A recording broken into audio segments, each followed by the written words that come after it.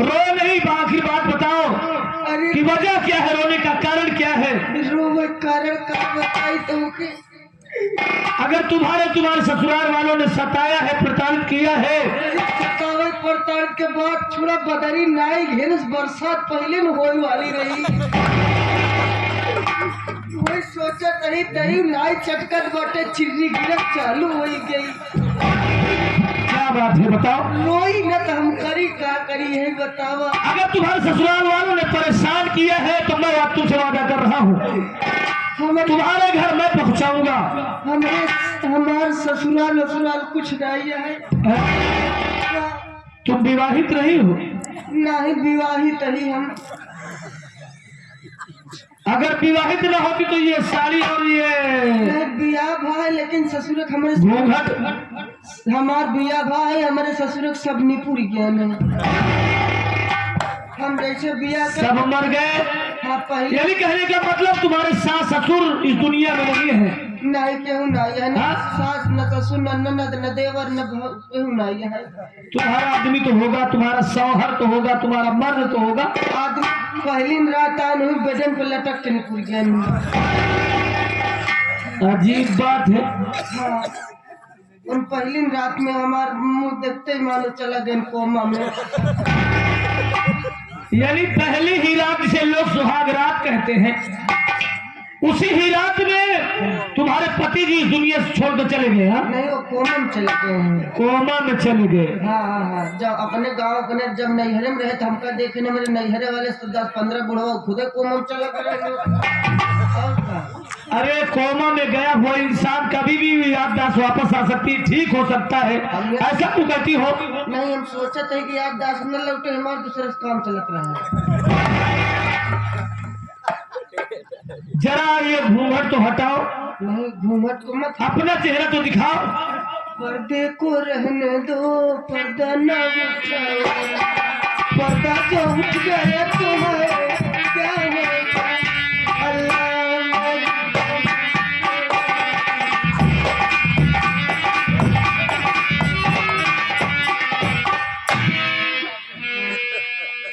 सुनिए ना, समझ में नहीं आ रहा है, ये रो भी रही है और नाच भी रही है, काम करके बात बता रही है। मैं रो रही। देखो मुझे पहली मत उठा से उसका चेहरा दिखाओ। चेहरा देखोगे तो आप भी कोमा में चले जाओगे। जिसका दिल पत्थर का बन गया हो उसके ऊपर कोई ऐसी बात नहीं। कोई बात नहीं। आपका दिल पत्थर का है और कुछ तो पत्थर का नहीं है ना। दिखाओ। दिखा दूं? हाँ चेहरा दिखाओ। हमारे मुंह देखो, देखा जो करेर करे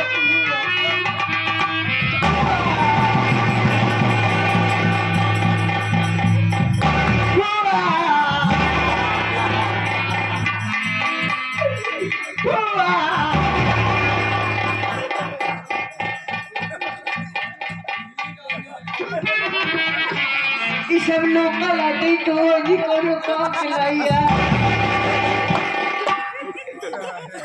सरदार जी मैं कोई और नहीं, मैं आपका साथी हूँ। क्या रे खरबूटिया? अरे खरपोटी, ये दशा किसने बनाया रे? खरपोटी ये क्या है बे? ये साले ये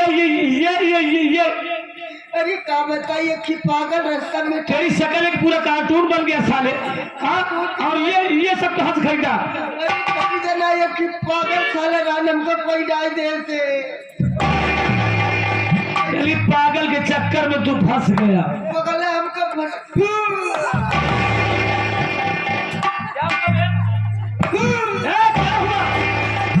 लगता है तेरी तबीयत गड़बड़ हो गई।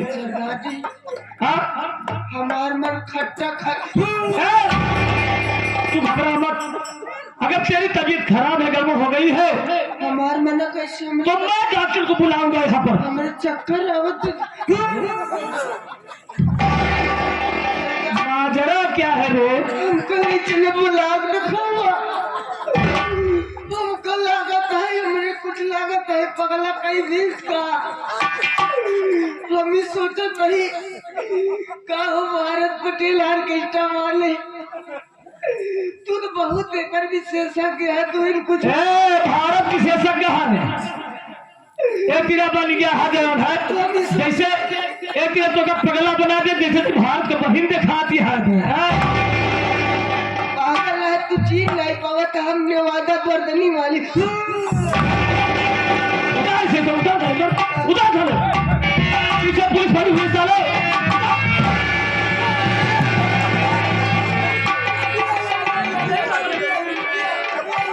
जी हमारे ऊपर तो वैसे चीनी गिरा था, तो ऊपर पूरा पाउडर लगाई चीनी।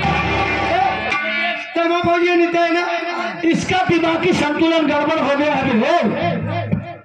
ये पागल है साले, अगर इस पागल के चक्कर में पड़ जाएगा साले, तू भी मारा जाएगा, मैं भी मारा जाऊंगा, और मेरा मकसद अधूरा रह जाएगा। भौजी अनीता भौजी गुखाबू सवेरे पानी में मिला रन किया वही के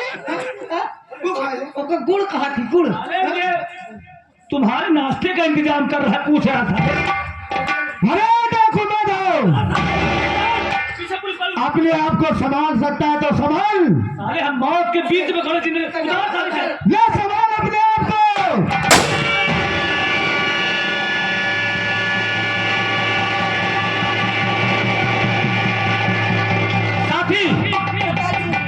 इस पागल को गोली लग गई है, ये मर सकता है, इसकी जान बचाना बहुत जरूरी है। देखो अगर हम हॉस्पिटल ले जाते हैं इसे, तो पुलिस चारों तरफ से घेर लिया है और हम भाग नहीं सकते, बच नहीं सकते।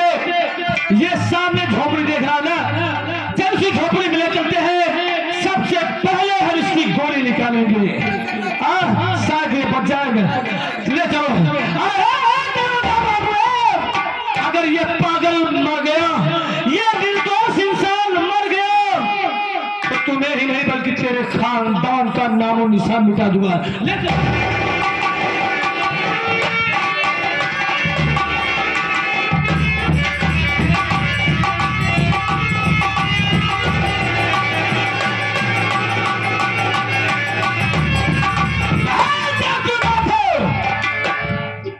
सिपाही, इसके पैर में गोली लग गई है, दूर भाग नहीं पाएगा, इस जंगल में बाहर पकड़ लूंगा। चल चल के पीछे।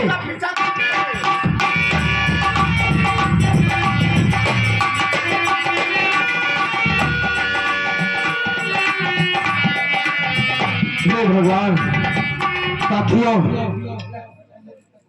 सादा शंभुनाथ और मेरी भाभी माया देवी ने साजिश रचकर मेरे बच्चे के गर्दन पर छुरी रखकर मेरी सारी जमीन जायदाद लिखवाकर रख भगा दिया बाबू।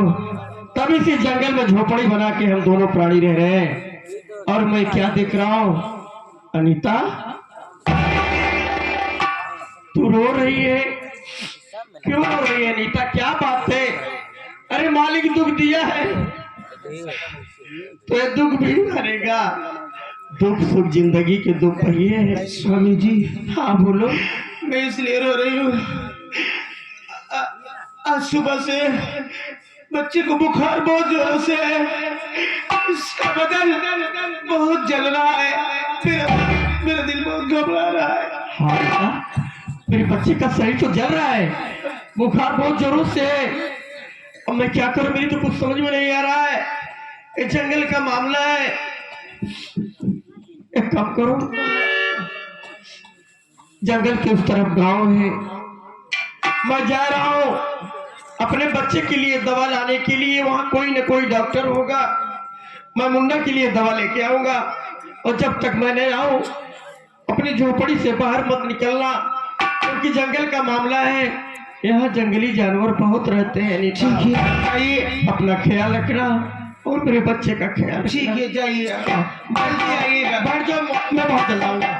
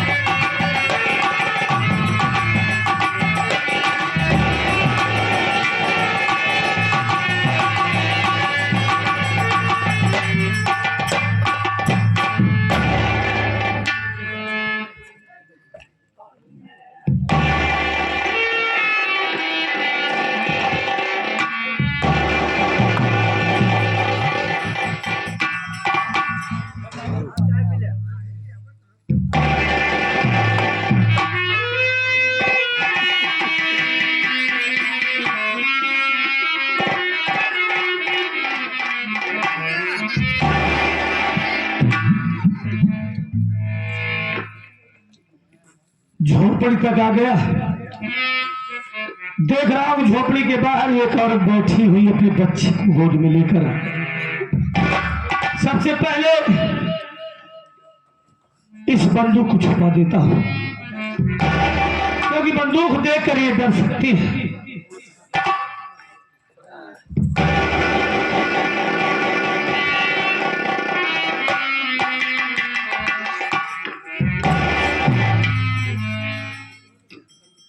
कुछ समझ में नहीं आ रहा है क्या करूं, और इसकी जान बचाना बहुत जरूरी है, क्योंकि पुलिस पीछे पड़ी हुई है और ये मर भी सकता है। पुलिस वाले यहां तक आ गए तो मैं गिरफ्तार हो जाऊंगा और मेरा मकसद अधूरा रह जाएगा। कोशिश करता हूं।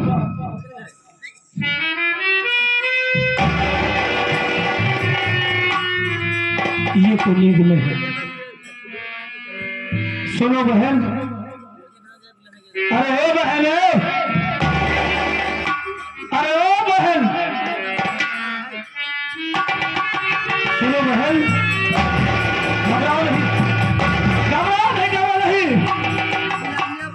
तुम्हारी तरह मैं भी एक इंसान हूं, मेरे भी सीने में इंसान का दिल है। घबराओ नहीं,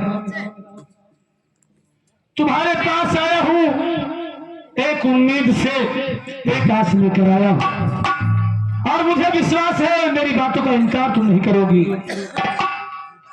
मैं तुमसे कुछ करना चाहता हूं बहन, अगर इजाजत हो तो। बोलिए क्या बात है?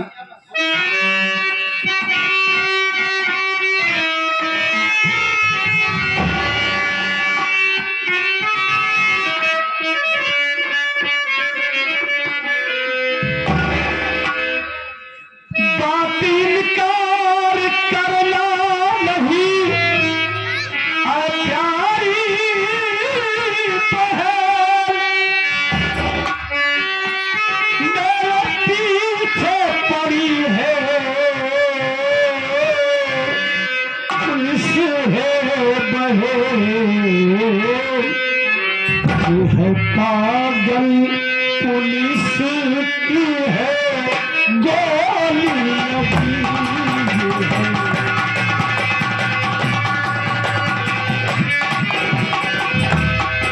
ये है पागल पुलिस की है गोली लगी, जो है पागल पुलिस की है गोली लगी, जानी सिक्की बचाना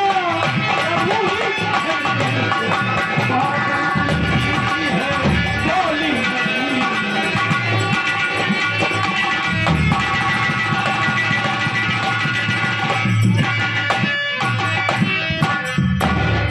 बहन, मैं तुझे झूठ नहीं बोलूंगा, मैं पेशे से डाकू हूं। लोग मुझे माधव सिंह के नाम से जाना करते हैं और मेरे पीछे पुलिस पड़ी हुई है बहन। पुलिस और डाकुओं के बीच मुठभेड़ हुआ, दोनों तरफ से गोलियां चल रही थी, फायरिंग हो रही थी और अचानक बीच में ये पागल आ गया और ये गोली का शिकार हो गया। सांसें चल रही है इसकी, इसलिए तुमसे विनती है बहन कि मुझे अपने घर में छुपने के लिए जगह दे दो। मैं आपके घर में छुप जाऊंगा, तुम्हारे घर में छुप जाऊंगा, तो इस पागल की गोली निकाल दूंगा, शायद ये बच जाए। यही तुमसे विनती है बहन।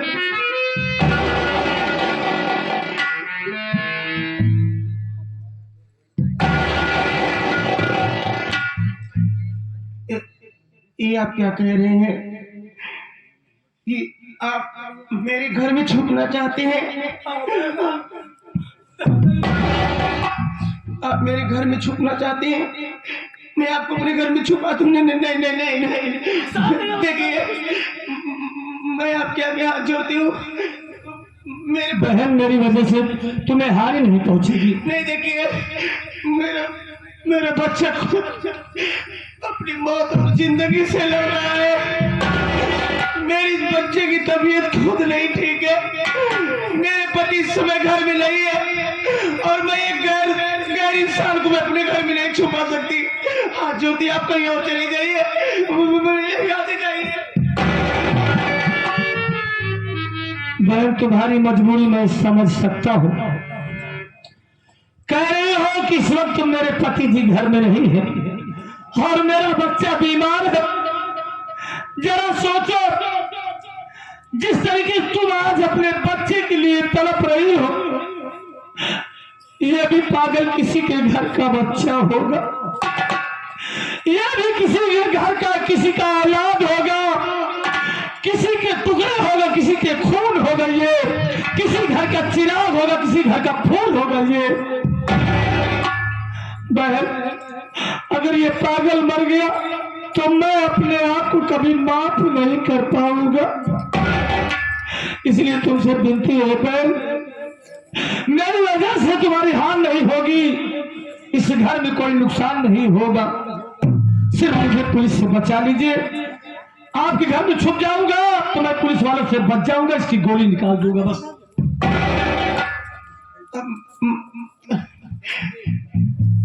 मतलब कि आप मेरे घर में छुपना चाहते हैं और एक इंसान की जान बचाने के लिए, और आपके पीछे पुलिस पड़ी है। तो अगर कोई पुलिस वाले आप मेरे घर में अगर आप पकड़े गए तो मैं भी बच जाओगे। देखिए, हाथ जोड़ती हो, लेकिन आप कह रहे हैं कि एक इंसान की जान बचाने के लिए, फिर भी मेरा बहुत दिल घबरा रहा है। आप चले जाइए, आप कहीं और छुप जाइए, मैं नहीं छुपा सकती। हाँ बहन, काश अगर मैं डाकू हूं, अगर अपने आप तोड़ा जाऊं तो बंदूक की ताकत पर मैं इस घर में रह सकता हूं, इसीलिए कुछ नहीं कर सकती। इसीलिए मैं आपको अपने घर में नहीं छुपाऊंगी। मैं जानती हूँ कि डाकू इधर उधर की बातें करके, बहाना बना करके घर में घुस जाते हैं, उनके घर को लूट लेते हैं, उनके घर की बहन बेटी की इज्जत के साथ खिलवाड़ करते हैं और जाते जाते उनके पूरे परिवार को गोली का निशाना बना करके उनके घर में आग लगा देते हैं। इसलिए मेरे घर में कुछ नहीं है, हम लोग खाने के लिए खुद मुहताज है। मेरे घर में एक दाना नहीं है, न रुपया पैसा है। हाँ जो आप यहाँ से चले जाइए। अरे है बहन, तुम मुझे जिसमें का डाकू समझ रही हो, मैं इसमें का डाकू नहीं। मैं तो धर्म और ईमान का डाकू हूं। किसी बहन बेटी के साथ दुराचार नहीं किया, बल्कि हर बहन बेटी को अपनी बहन बेटी समझा। किसी गरीब का घर नहीं उजाड़ा, किसी बच्चे को अनाथ नहीं बनाया। जो हालात और मजबूर से डाकू बना हो, वो ऐसा कदम कभी नहीं उठाएगा। बहन, जब भी मैं गुफा से निकलता था, माँ भवानी के मंदिर में जाता था, तो माँ भवानी की चौखट पर सबसे पहले अपने मस्तक की पगड़ी माँ के चरणों में रखता था कि माँ, मेरे हाथों से कोई गुनाह न हो माँ।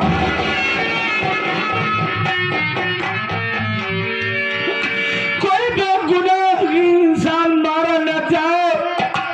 जब भी मेरी बंदूक उठे माँ, तो दरिंदों के प्रति उठे, अत्याचारों के प्रति उठे, जो देश को लूटते हैं, जो गरीबों को दुनिया से खात्मा करते हैं, उनके प्रति बंदूक उठे।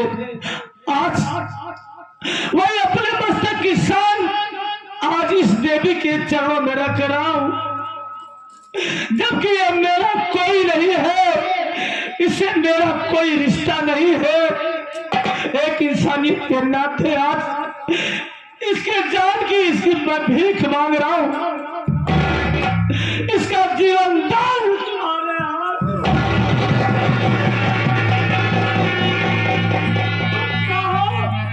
तुम जिंदगी दे सकती हो, तुम चाहो तो इसे मौत दे सकती हो, निर्णय तुम्हारे हाथ में है। जैसा उचित चाहो